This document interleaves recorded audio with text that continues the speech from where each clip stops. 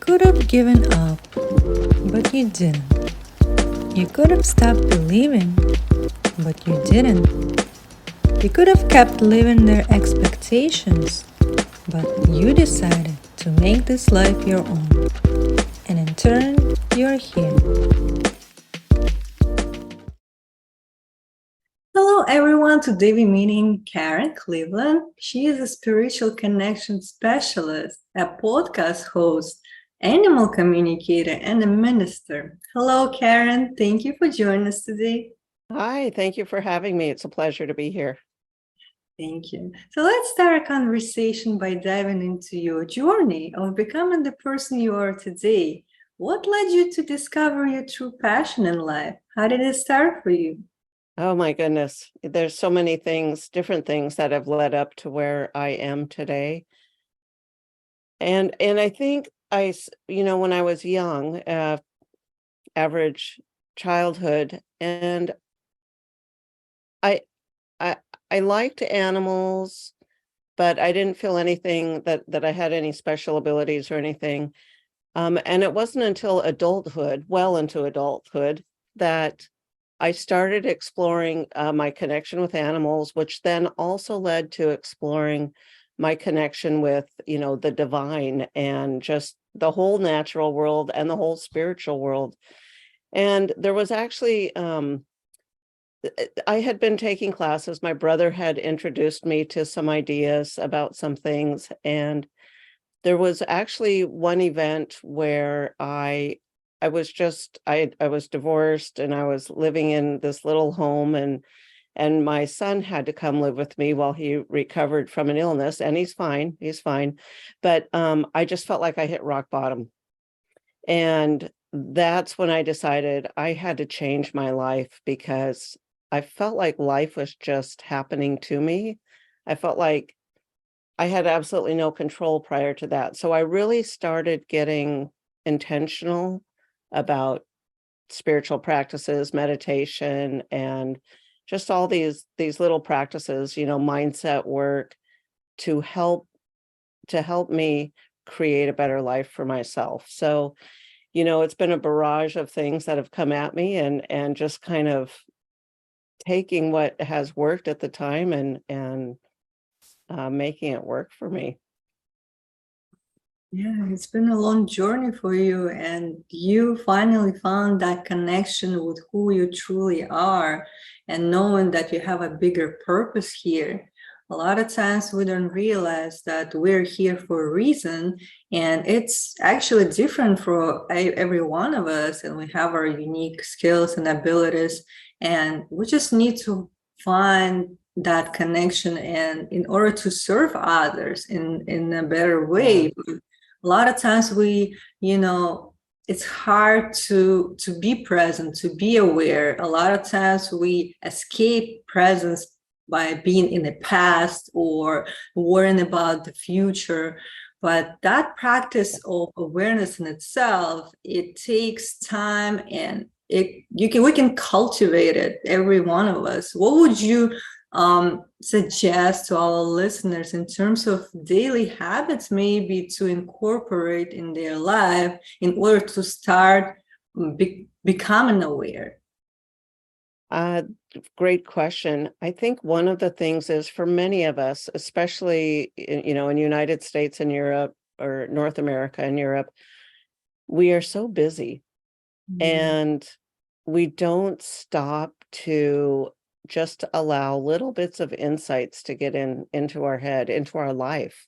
And we think we need to control it all. So we're so busy, and then thinking we have to control how everything happens.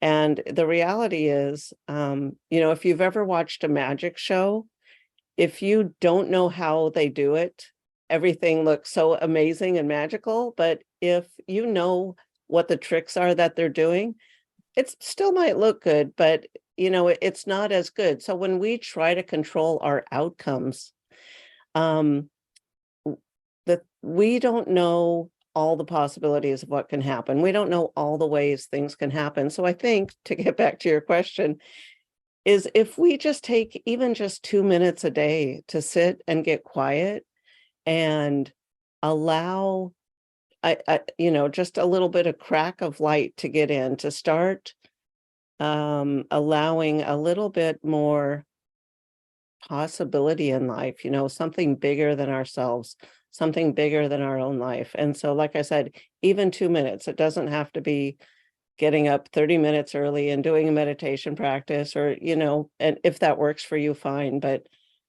for many of us, we start small and then we start working up. So I have what I call the 2 minutes more. And it's how I really started my meditation practice. Is what I would find a time before I rushed off to work, that I was already sitting down, that the animals weren't bugging me, the kids weren't bugging me, sometime that was quiet. And it was when I was at my makeup table doing my hair and makeup. But it might be breakfast, it might be coffee, it might be, tying your shoes, whatever it is, whenever you're already sitting down before you rush off, just take 2 minutes and just close your eyes and just kind of pay attention to your breath for a minute, because magic can start happening. And I talk about magic, but really it's just, the potential of life can start presenting itself to you once you start getting quiet and being open to what else there might be. Yes, definitely. And also every one of us can find those 5 minutes a day. It's just a matter of us reminding ourselves to do it, consistently, and seeing for how much of a benefit it could bring to our lives, because it's the matter of allowing. It's more that, sometimes people have certain expectations in life, and then they get upset of not getting something they want. They trying to control.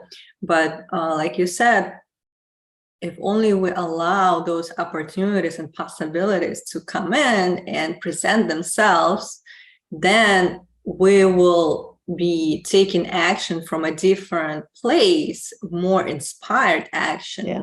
Not just doing, because we're busy doing, and Yeah. we're not being, and we are human beings, right? And it's Exactly. it's hard for us to just be. We think we don't do anything when we're just sitting quiet and allowing, ourselves to connect. But actually, that's the most important part, because then, everything else will fall into place. But it's just hard, I guess, for us to realize that this is the priority. When we prioritize our mental health and first give ourselves that best care that we can, I think from that foundation, everything is built upon it, don't you think? Yeah. Oh, I totally agree. We have to start somewhere, and we have to start where we are. So whether it's, wherever we are, whatever we know, whatever we don't know, just start small, and then it does build upon it. Like you said, I think we do get some inspiration, and have a desire to learn more, or to be more, right? To, as you said, to take that time and just be, for me, and I know for a lot of people, sitting in nature is also just a big thing to do. Just 10 minutes outside, a walk, or sitting at the park, or whatever it might be. And So, also, I found it, what's working for me personally, when I'm, outside of the nature and I'm looking around me and I'm just noticing those little things, in nature, the beauty of nature. And when I'm appreciating what's around and kind of seeing that it's all life and it's all one life, and I'm also part of it, it's giving me some kind of connection to the bigger purpose, like you said. And I think it's a good practice for others as well to, to get back on track of what matters. And also, I know you are communicating with animals. I'm just wondering if you can share with us, how did it start, and what kind of messages you get, or how it sure. helps in your own life. Yeah, Sure. It started, as I said, when I was younger, I didn't think there was anything special. I just liked animals. And it Mhm. wasn't until my teenage daughter said to me one time, after telling her what the dog wanted her to do, because I would tell her and the other kids, Buddy wants you to let him out or to do something. And she stopped me cold one day and she said, Mom, how do you know what Buddy wants? And I thought, oh, first of all, that explains so much that you don't know what Buddy wants, no wonder I have to tell you. But so I started thinking, well, I don't know. How do I know what Buddy wants? So I ended up taking a class and then doing some further studies, but I realized that, yes, we can be in tune with the animals, even with other people that live with us, especially, but it does start again with getting quiet, because I think the animals are always, well, I know that our pets especially, so let's talk about our pets, our dogs and cats and horses for a minute. They're always trying to talk to us, and they get frustrated with us sometimes, and we don't know that they're talking to us. So it does begin with getting quiet and being open to what they might be saying. So I like to use an example that maybe, so let's say we have a dog and we have a lazy day. We just happen to be sitting on the couch. It's not a busy day. We're sitting on the couch and maybe we're flipping through a magazine. Our mind isn't really fixated on anything. And we get this bright idea and we think, oh, I think it's a good time to take the dog for a walk. And so you look at the dog and the dog looks at you and the dog is like, oh, are we going for a walk? What are we doing? Something's up.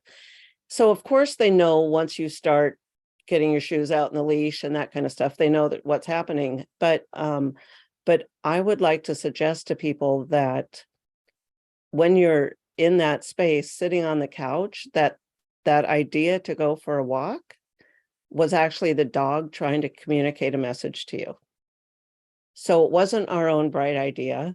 It's just that we were finally open to receive it. It's like when you're calling someone a radio station like we used to do, and it's busy, busy, busy all the time, and they can't get a message through. So so beginning to actually listen to your animals, and talking to them, but they receive our messages far better than we receive theirs. And I do encourage people to talk out loud to their animals all the time, but to actually hear what they're trying to tell us, we need to get quiet and we need to be open to the ideas that are coming in our head that maybe they're not original ideas. Maybe they didn't come from us and that they are trying to tell us something.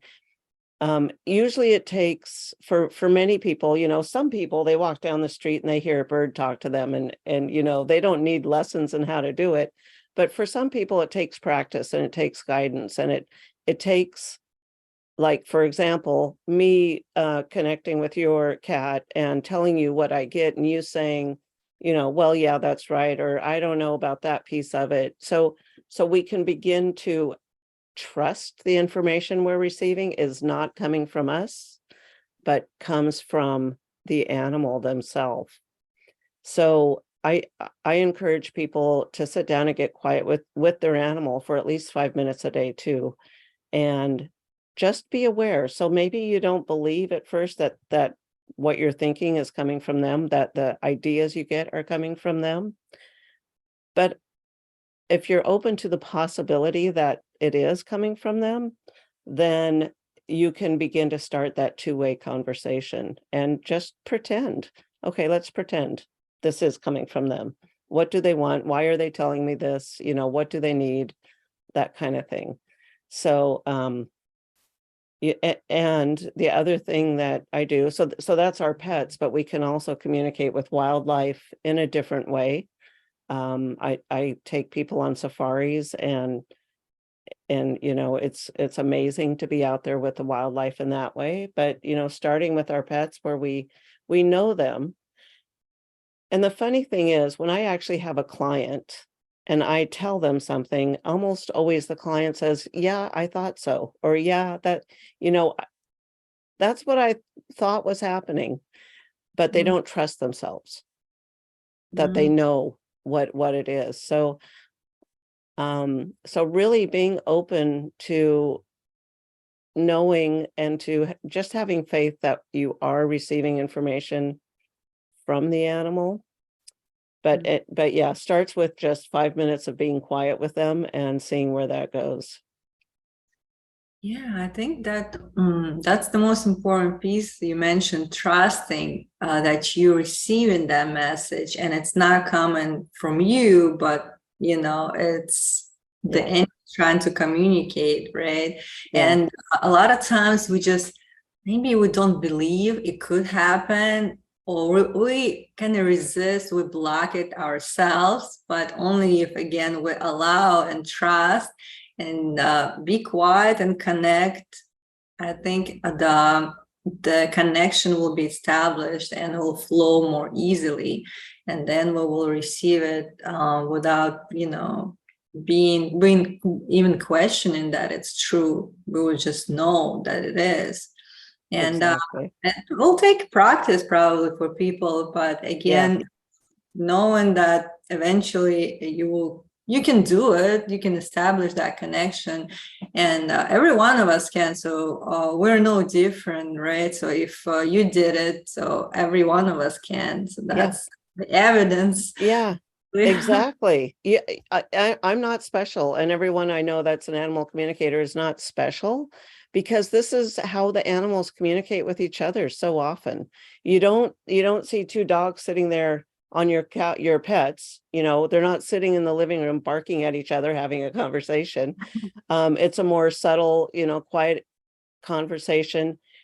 And and so it's part of how animals work. It's part of the conversation, and knowing that the information. So what happens basically, I mean, I don't try to um think I understand it 100%, because it's very mysterious to me. But when someone, 1,000 miles away on a telephone tells me, yes, that's what my dog was doing, then I know that there's something there. But anyhow, uh, so it's a part of how animals have always communicated. And there's an energy system, and our energy is can be connected with your energy, with the animal's energy.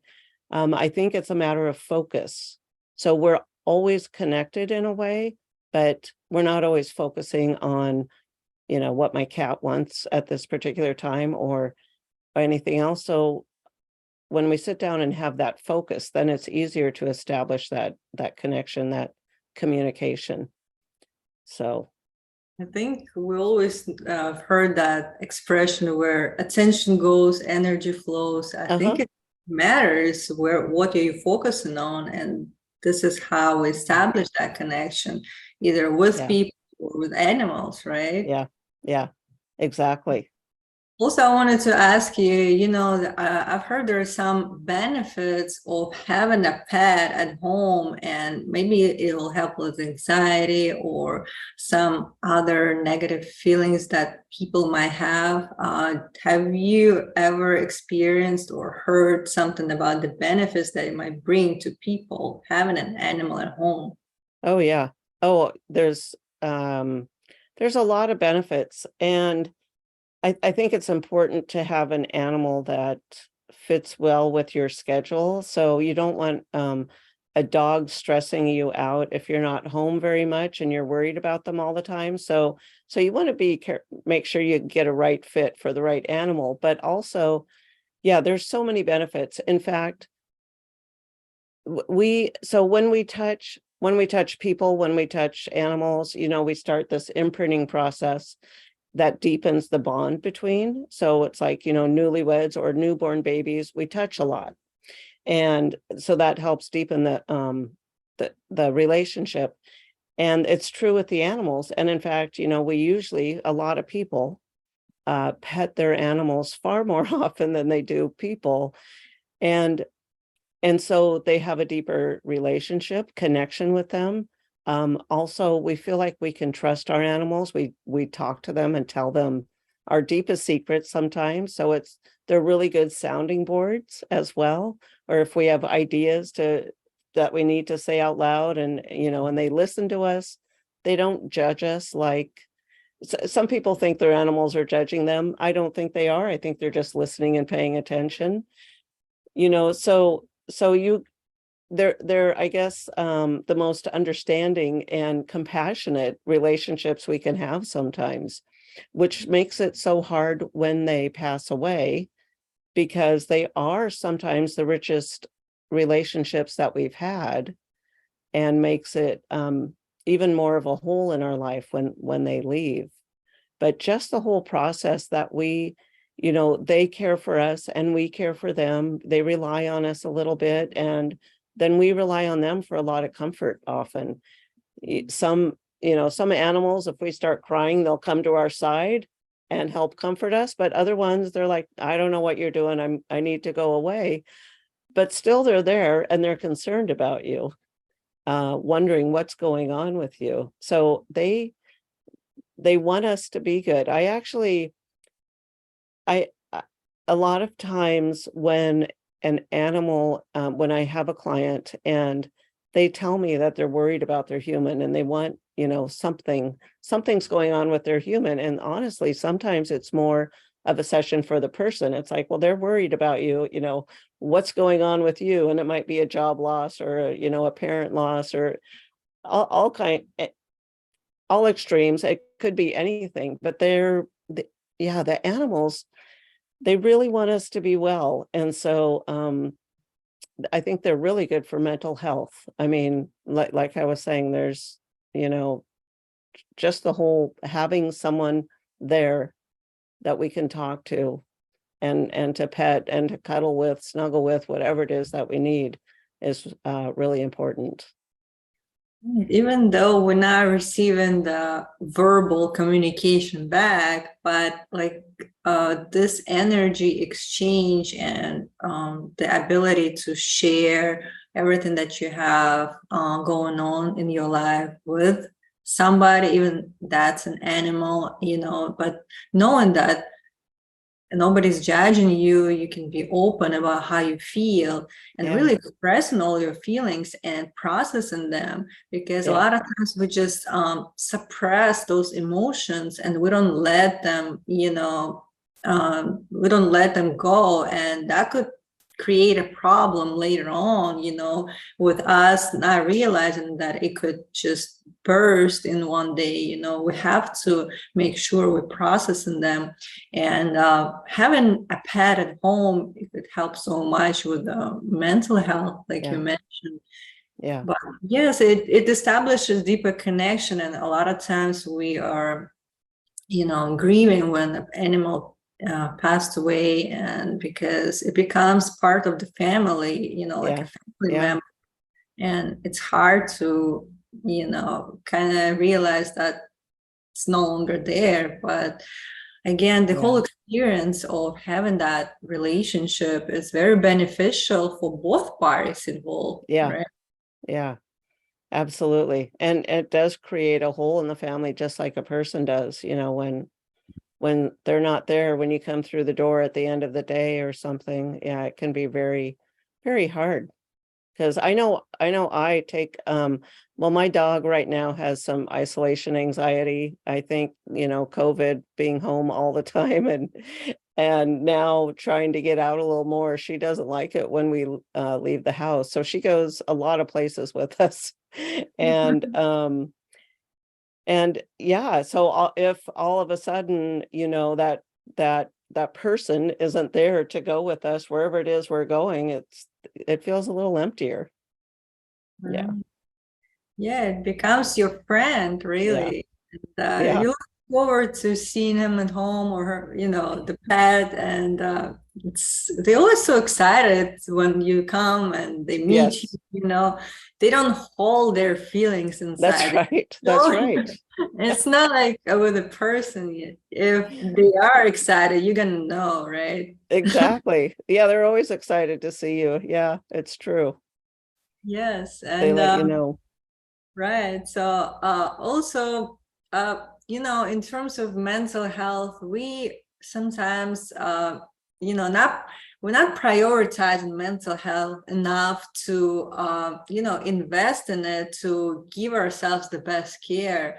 I think it also comes back to our feeling of, self-love, self-worthiness, that we deserve something in life. Mm, And for a lot of us, we kind of lost in, again, like doing or being busy at job, and not thinking that it's something that is important to dedicate our time to on a daily basis, because we don't see ourselves having something in life or deserving something.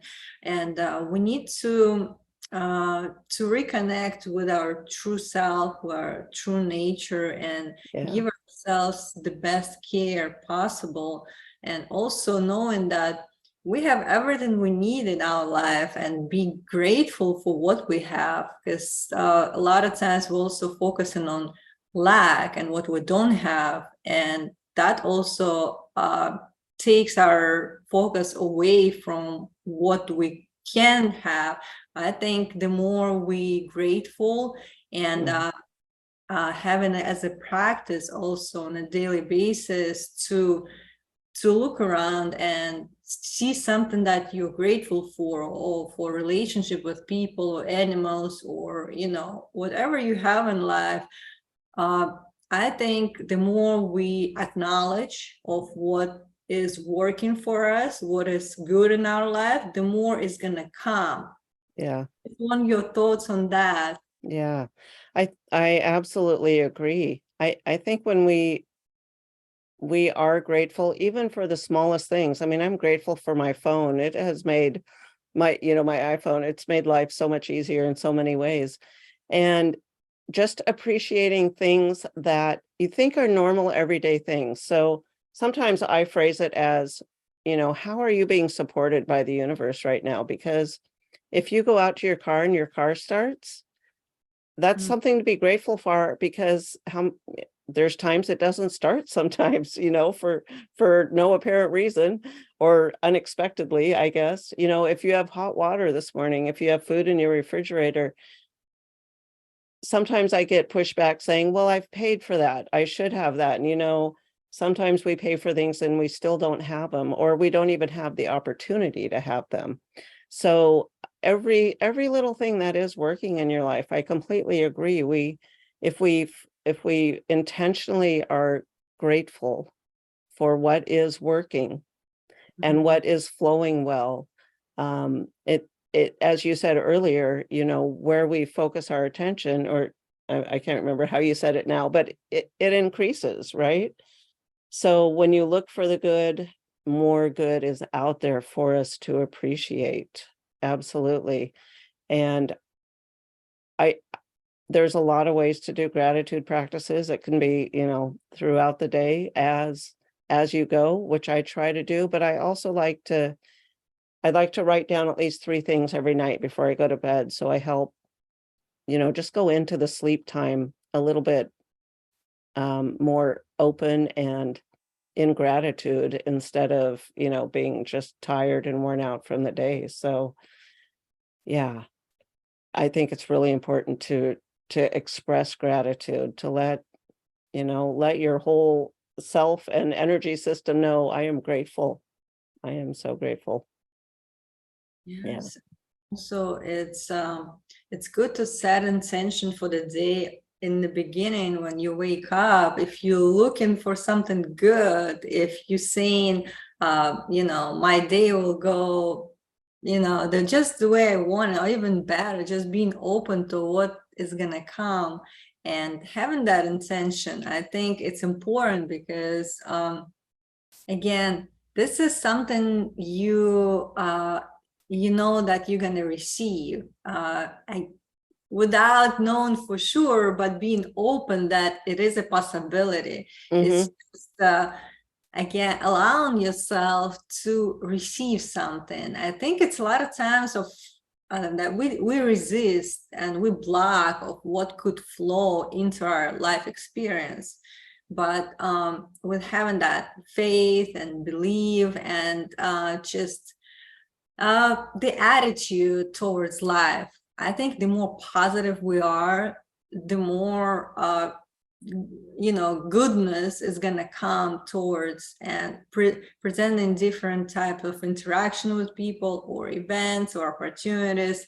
So I think it's just something every one of us should be reminded of, because again, if we are responsible for our own life and creating our own life experiences, then we know that we can set up a stage for those experiences to come in with our intention, because behind each action there's an intention, and that's important. And then we'll see it manifested in one way or another.